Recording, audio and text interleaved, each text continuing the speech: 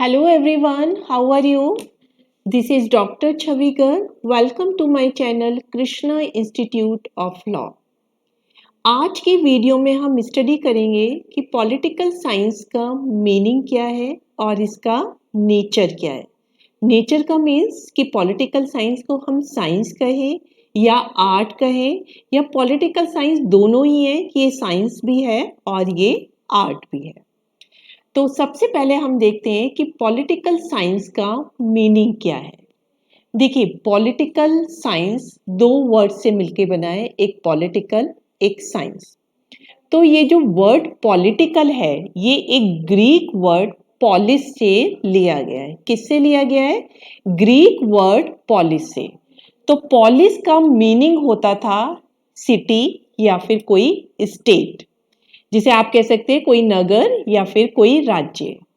तो जो science state की स्टडी करती है, उसका अध्ययन करती है, उसको हम पॉलिटिकल साइंस कहते हैं। तो पॉलिटिकल साइंस में हम पॉलिटिक्स से रिलेटेड सब चीज़ों का अध्ययन करते हैं। हम इसमें स्टेट का भी अध्ययन करते हैं, उस स्टेट को चलाने के लिए कौन सी गवर्नमेंट है, कितने टाइप की जो है ये गवर्नमेंट हो सकती है, गवर्नमेंट के पास सॉवरेन पावर भी है या नहीं, हमारे देश का कॉन्स्टिट्यूशन क्या कहता है। ये सारी चीज़ों की बातों को जहाँ पे स्टडी किया जाता है उसी को पॉलिटिकल साइंस कहते हैं। तो पॉलिटिकल साइंस के भी दो मीनिंग उभर के आते हैं। एक तो होता है आपका ट्रेडिशनल मीनिंग, दूसरा है इसका मॉडर्न मीनिंग। तो ट्रेडिशनल व्यू में तो इसका जो मीनिंग था बहुत ही नैरो सेंस में लिया गया था। सिर्फ हम कहते थे कि जो स्टेट और उस स्टेट को चलाने के लिए क्या गवर्नमेंट है। पॉलिटिकल साइंस में हम सिर्फ इन दो चीज़ों की ही स्टडी करते हैं। लेकिन आज की मॉडर्न एज में तो आप देखिए ये वाली डेफिनेशन बिल्कुल भी सूट नहीं करती है। पॉलिटिकल साइंस का एरिया बहुत ज़्यादा बड़ा हो चुका है। तो आज हम स्टेट और गवर्नमेंट के बारे में बात नहीं करते, आज हम बातें करते हैं कि कितनी पॉलिटिकल पार्टी होती है, कौन सी नेशनल पार्टी हो सकती है, फेडरल गवर्नमेंट किसे कहते हैं, कितने टाइप की गवर्नमेंट हो सकती है, स्टेट का जो है अपने लोगों के साथ कैसे रिलेशनशिप होता है। तो ये सारी बातें जो भी पॉलिटिकल एक्सपेक्ट को छूती हैं वो सारी की सारी ही स्टडी हम पॉलिटिकल साइंस में करते हैं। तो पॉलिटिकल साइंस का मीनिंग आपको क्लियर हो गया। अब हम देखेंगे कि पॉलिटिकल साइंस का नेचर क्या है। नेचर का मतलब ये साइंस है या फिर आर्ट है। तो साइंस है या ये आर्ट, तो सबसे पहले हम देखेंगे कि साइंस किसे कहते हैं और इसके फीचर क्या होते हैं। तो देखिए, साइंस क्या है आपको पता है, एक सिस्टमेटिक स्टडी होती है जिसमें हम हर चीज का सिस्टम से जो है किसी भी चीज की स्टडी करती है। और इसके फीचर्स में क्या होता है, सबसे पहला है एक्सपेरिमेंट, कि हम लेबोरेटरी में एक्सपेरिमेंट करते हैं। आपने देखा होगा जब आपने 12th पास करी होगी तो मैथ्स की भी लेबोरेटरी होती है, फिजिक्स की भी, केमिस्ट्री की भी, बायोलॉजी की भी। तो उसमें अलग अलग अपरेटस लगे होते हैं और हम जो है अलग अलग टाइप के जो है एक्सपेरिमेंट करते हैं। फिर नेक्स्ट आता है ऑब्जर्वेशन। तो जो हम एक्सपेरिमेंट करते हैं फिर हम उनको देखते हैं कि उनका क्या रिजल्ट निकला है, कि एक्सपेरिमेंट का क्या रिजल्ट है, तो वो फिर हम उन चीज़ों को ऑब्जर्व करते हैं। फिर थर्ड आता है प्रिडिक्शन। अब हमने जो चीज़ देखी उसके बेसिस पे हम उन एक्सपेरिमेंट का रिजल्ट निकालते हैं जिसे कहते हैं प्रिडिक्शन। तो सबसे पहले एक्सपेरिमेंट होते हैं, फिर हम देखते हैं कि एक्सपेरिमेंट को हम अच्छे से ऑब्जर्व करते हैं कि ये क्या रिजल्ट दे रहे हैं, फिर हम उन रिजल्ट को प्रिडिक्ट करते हैं। फिर नेक्स्ट है यूनिवर्सल, कि साइंस के जितने भी नियम होते हैं वो यूनिवर्सल होते हैं। जैसे न्यूटन ने बताया कि सेब जब टूटता है तो वो नीचे पृथ्वी पर गिरता है। इट मीन्स पृथ्वी में ग्रेविटेशनल फोर्स है, गुरुत्वाकर्षण है, जिसकी वजह से पृथ्वी हर चीज को अपनी तरफ खींचती है। तो इसीलिए कोई भी चीज जब गिरती है तो वो सीधे धरती पर ही गिरती है, हवा में नहीं जाती, क्योंकि ये जो है ग्रेविटेशनल फोर्स की वजह से होता है। तो ये न्यूटन का नियम है। तो ये यूनिवर्सल है, आप चाहे इंडिया में बैठे हो, अमेरिका में बैठे हो, किसी भी कंट्री में बैठे हो, तो सभी चीजें जो है पृथ्वी की ओर ही खींचती हैं, क्योंकि पृथ्वी पे जो है ग्रेविटेशनल फोर्स होती है। नेक्स्ट है आपका cause and effect relationship. Science हमें ये बताती है कि कॉज एंड इफेक्ट रिलेशनशिप क्या है।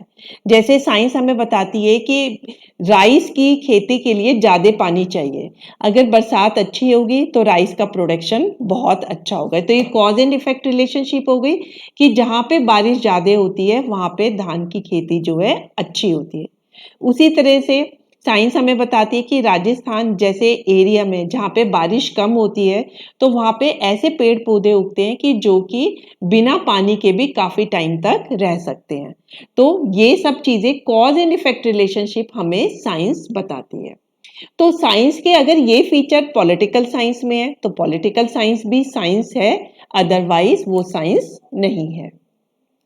तो अब हम देखते हैं, बहुत से तो हमारे को कहते हैं कि जो पॉलिटिशियन है कि ये पॉलिटिकल साइंस साइंस है, बहुत से कहते हैं नहीं है। तो जो ये लोग कहते हैं कि साइंस नहीं है वो कहते हैं नो यूनिवर्सलिटी, कि साइंस का एक बहुत बड़ा नियम है कि ये यूनिवर्सल होते हैं, कि हर जगह अप्लाई होते हैं, लेकिन जरूरी नहीं है कि हर जगह अप्लाई हो। जैसे हमारे देश में बहुत सारे रीजन थे जिसकी वजह से फ्रीडम जो आंदोलन था, मूवमेंट था, वो शुरू हुआ।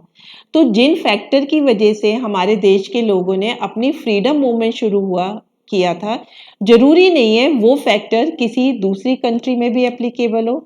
तो इसका मतलब यूनिवर्सलिटी नहीं होती है। नेक्स्ट है नो प्रिडिक्टेबिलिटी। वो कहते हैं कि जो पॉलिटिकल साइंस के नियम है वो किसी चीज को बहुत अच्छे से प्रिडिक्ट नहीं कर सकते।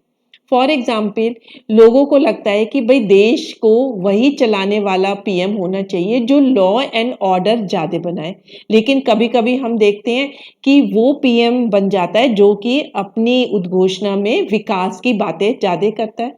तो इसका मतलब है आपकी प्रिडिक्शन गलत भी हो सकती है।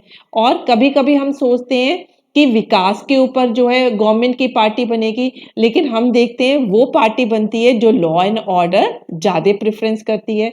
तो इससे पता चलता है कि पॉलिटिक्स में हम हर चीज को प्रिडिक्ट नहीं कर सकते। नेक्स्ट है कि पॉलिटिक्स ये नहीं बताती है कि कॉज एंड इफेक्ट रिलेशनशिप होती है। देखिए, अगर किसी भी देश कोई भी पॉलिटिकल पार्टी है, वो बहुत अच्छे से काम कर रही है, वो विकास भी कर रही है, एम्प्लॉयमेंट भी दे रही है, लॉ एंड ऑर्डर भी कर रही है, लेकिन कभी कभी वो भी अपनी गवर्नमेंट को नहीं बना पाती। तो इसका मतलब कॉज एंड इफेक्ट रिलेशनशिप बहुत अच्छे से यहाँ पे नहीं होता है कि अच्छे ही काम कर रहे हो तो ही आपकी गवर्नमेंट बन रही है, ऐसा भी कोई जरूरी नहीं होता।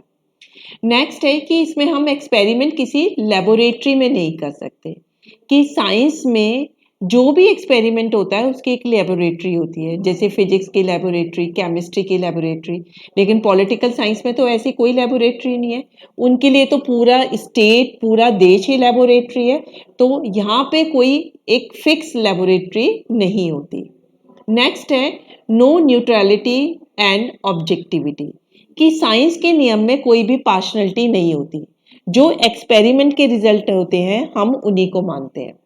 लेकिन पॉलिटिकल साइंस क्या होती है, लोगों को डील करती है, कि लोगों को, जो लोग बाग जो गवर्नमेंट चलाते हैं उनको डील करती है।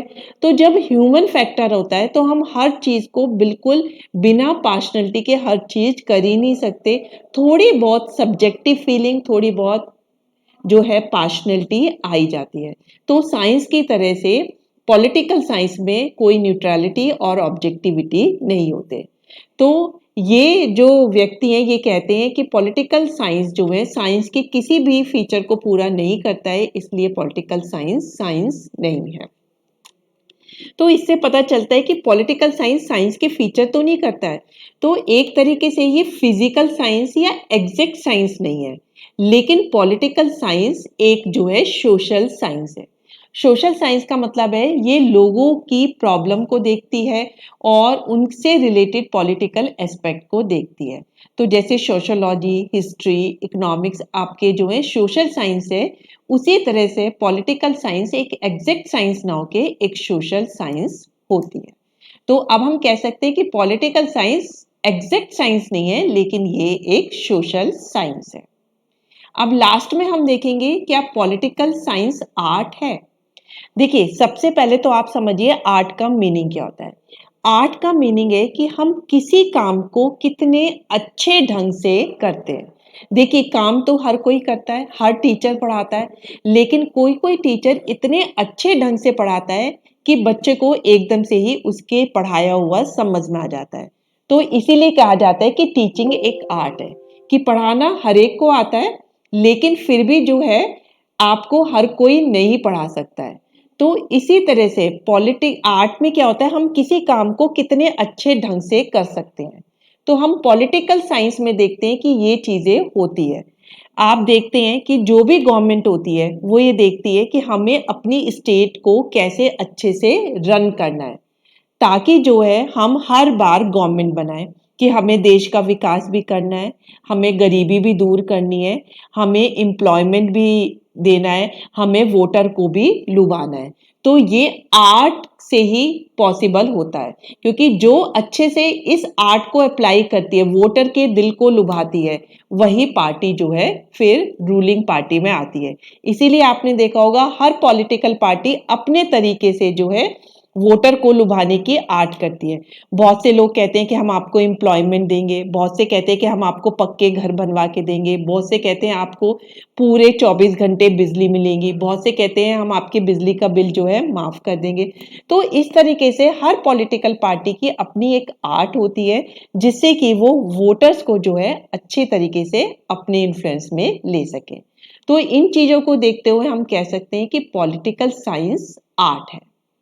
तो अब आपको बिल्कुल क्लियर हो गया होगा कि अगर कोई हमसे पूछता है कि पॉलिटिकल साइंस का नेचर क्या है, कि ये साइंस है या फिर आर्ट है, तो हम कह सकते हैं कि पॉलिटिकल साइंस साइंस तो है, लेकिन ये एक एग्जैक्ट साइंस, फिजिकल साइंस ना होके ये सोशल साइंस है, और पॉलिटिकल साइंस एक आर्ट भी है। तो इसका कंक्लूजन ये निकलता है कि पॉलिटिकल साइंस एक सोशल साइंस है और साथ के साथ ये आर्ट भी है। तो आज आपको बिल्कुल क्लियर हो गया होगा कि पॉलिटिकल साइंस का नेचर क्या है। So that's all for my today lecture. और अगर आपने अभी तक मेरे चैनल को सब्सक्राइब नहीं किया तो इसे सब्सक्राइब जरूर करिए। Thank you very much.